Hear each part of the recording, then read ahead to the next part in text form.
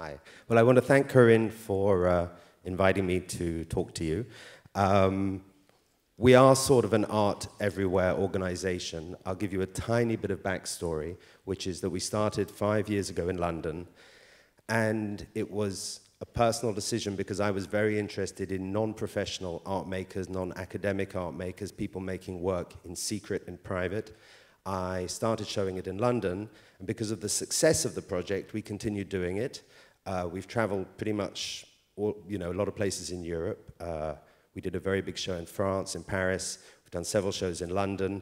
A bit like the last talk, we took over a shop called Selfridges in London and put art in every single window of the store, and about 2 million people saw those windows, as well as 100,000 who came to the show itself. And that was all work by learning disabled artists who never normally get a forum within the official museum culture. And our role is a bit like a sort of friendly activist or advocate, and we act a bit like an artwork. So Corinne and I were talking about what to talk to you about today, and I thought maybe you'd like to see what we did in Russia year before last and last year.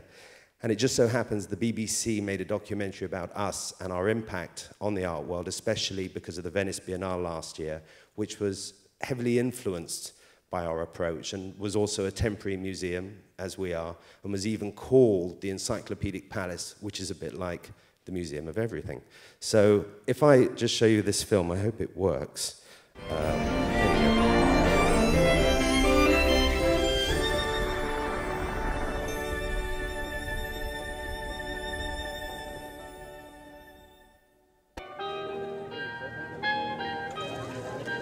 This man pops up everywhere too. The museum's freewheeling director, James Brett. Now he is the ringmaster of a travelling circus as it hurtles across Russia, sniffing out secret works by unknown artists. This convoy has collected new work in 4 different Russian cities. And now it has come to a stop in Moscow for a huge show of that work at Dasha Zhukova's garage.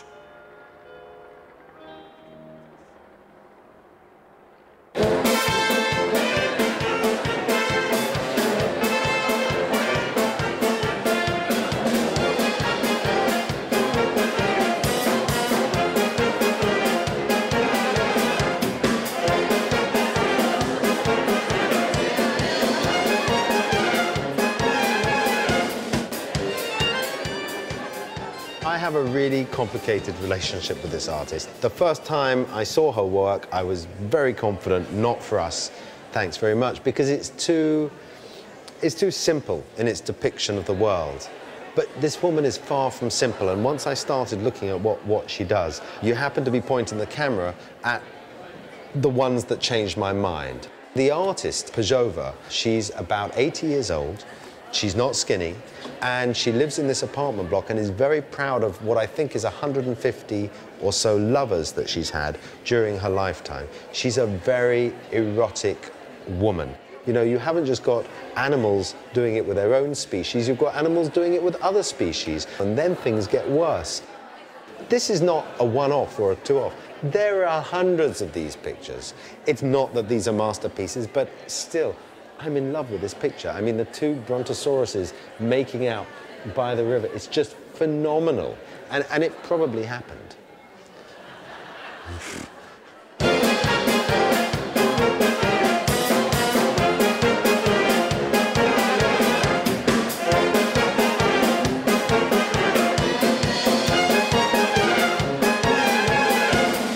This artist you've got to look at.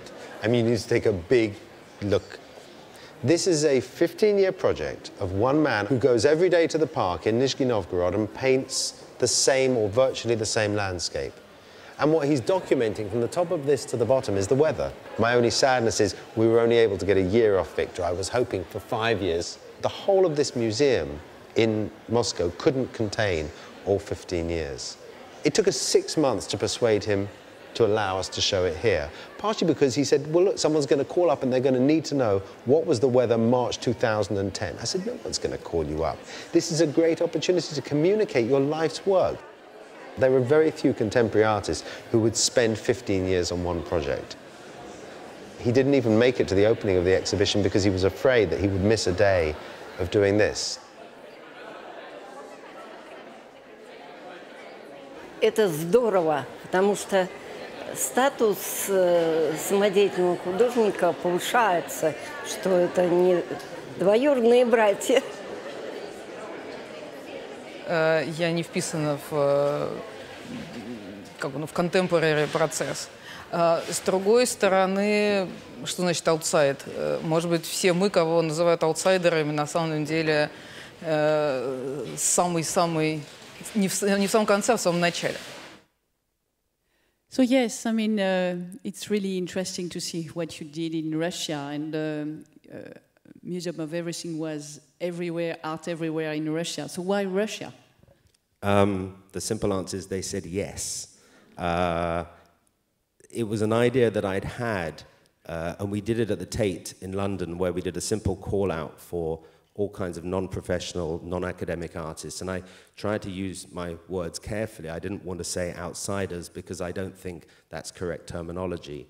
And in fact, I think that that's often what's held back mainstream museums from showing this kind of alternative art form. And I met a nice lady called Dasha Zhukova, who has, as you say in England, a few bob, and a private project, which is a contemporary art museum, the Garage Center of Contemporary Culture. And I proposed to her that we should not just do a show in Russia, but across the country. Part of the reason was I didn't really think it was a good idea to take work into Russia. I was a little nervous of that, rightly so, I think now. So we would turn up in these cities where we had art partners, cultural partners, and I would go on television, we would do editorial, we'd also done research before. And that was why, but I think also there was a sense that in Russia there's really a polarized situation. To be an artist, you have to have a diploma from an art school, a bit like a doctor, and there's a union. And so this legacy of Soviet culture still stands there and has a grip. So you have amazing creative people who just don't feel they've got the entitlement to communicate what they do. And so actually the process of imagining the project and doing the project, I realized that we were sort of making an alternative map of contemporary art. So we know the political situation in Russia. Did you have any problems with the politicals? The only real political problem was when a policeman came and said he would shut us down unless we showed his daughter's pictures. There was a lot of talk before we left of bribes. We didn't have enough budget to bribe everybody. And that took about 2 weeks of conversation where we started a bribe budget and who was going to administer it and what were the criteria. But in the end, we winged it, as they say. So what is your key learnings, actually, to really have a successful collaboration?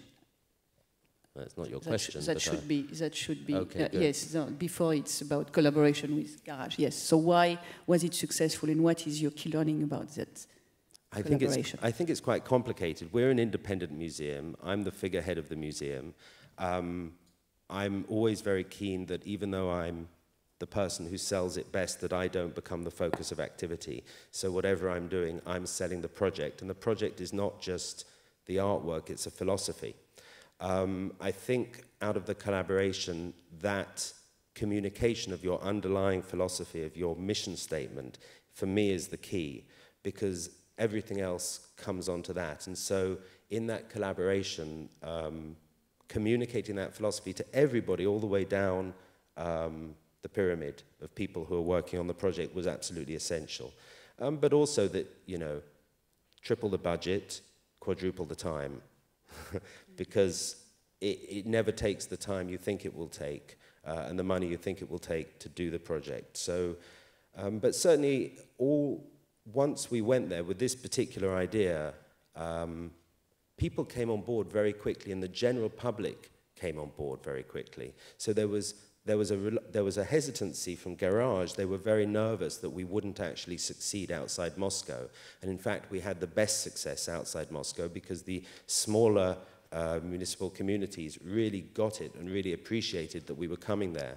And in fact, we were doing these small exhibitions in each city, although the goal was to find the best in breed. So I mean, to that question, it was very successful, but you need a lot of patience, and if you can't go this way, you have to find a way to go this way.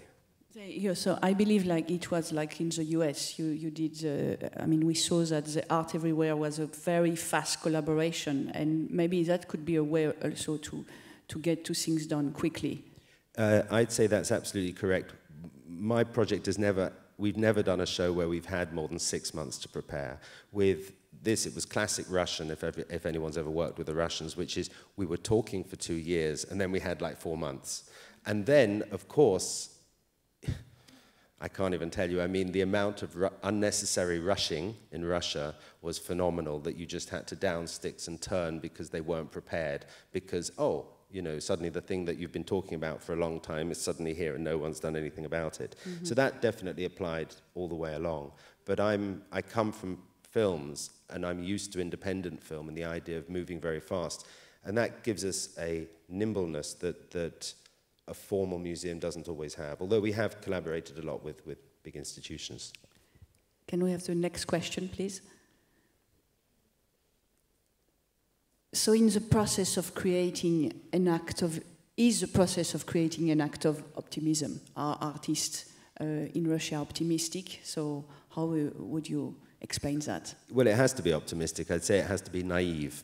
Like the naive artists, you know. I've never met a naive, and in the same way, you know, going into these things, I think it's really important to have a dream, for want of a better word, and then try and make other people buy into your dream, although it probably won't happen in the way that you anticipate it. But you have to be optimistic, because certainly for someone like me at the top of the chain leading a project, if you're not optimistic, nobody else will follow. I think the great difficulty is being optimistic in a group, because it's easier for my project, because we're independent, because we mimic in some ways a film model of a director and all the people working around the director's idea, we can be optimistic more easily. So often it's just a question of finding the right partner.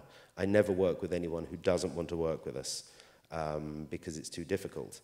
I think if we had to communicate that optimism within a formal structure, it would be a lot harder. And the museums, like the American Folk Art Museum, for example, in New York, that look at this material, have historically had a very difficult time communicating their brilliant collections to an audience. And they don't get numbers, and they're riddled with problems that come because they can't somehow engage that optimism. And in fact, in this particular area of non-traditional, non-academic artists, I believe that that's the big shift in art. I mean, the Venice Biennale was maybe the most, you know, optimistic result. I'd never expected that we would have influenced that so heavily. But yes is the short answer. Okay. So, I mean, you saw very interestingly the power of the collaboration of these three institutions between Dallas, Los Angeles, and Chicago. Did you have this trust and power of collaboration with the garage when you did your collaboration? And do you, I mean, for you, is it important to really have this strong relationship with another partner? Well, the short answer is no. There wasn't trust, and that's a Russian thing. Incredibly cynical and untrustworthy about everything that goes on. So it's a long process of trying to reassure everybody that you're not out to make a fast buck, do something stupid, embarrass them. I think the pressure of working with a partner who represent two of the wealthiest people in that region added to the difficulty of communicating the trust. But once everybody got the idea and saw the integrity of it, actually it worked incredibly well, and everybody was thrilled with the result. Right. We have time for one last question, which is, I think, and yes, finally, I mean, what is your one word for optimism and for key learnings? Well, if I make it relevant to where we are, you know, I'm quite keen to do a museum of everything here in Australia, maybe covering the whole region. And I think, you know, what I've learned through doing this project, I'm not from museum culture. In fact, I have no art history education, as is probably evident. I want to try and communicate to as many people as possible. I'm about bums on seats. So I want a completely wide demographic to come, and I think the way to do that is to appeal both to the art society, the critics, especially the artists who in my particular area get this work, and also to really widely appeal to the general public and actually communicate specifically to groups that you're representing. So for example, in our big shows, we often have a lot of African American artists who just don't get visibility because they're self-taught, so they're somehow excluded from the history of American art. So we often target the African communities like in Paris. So I would say just speak as loudly as possible, as widely as possible, and as often as possible. Okay, so thank you for the invitation to collaborate with you in Australia. Thanks. Brett.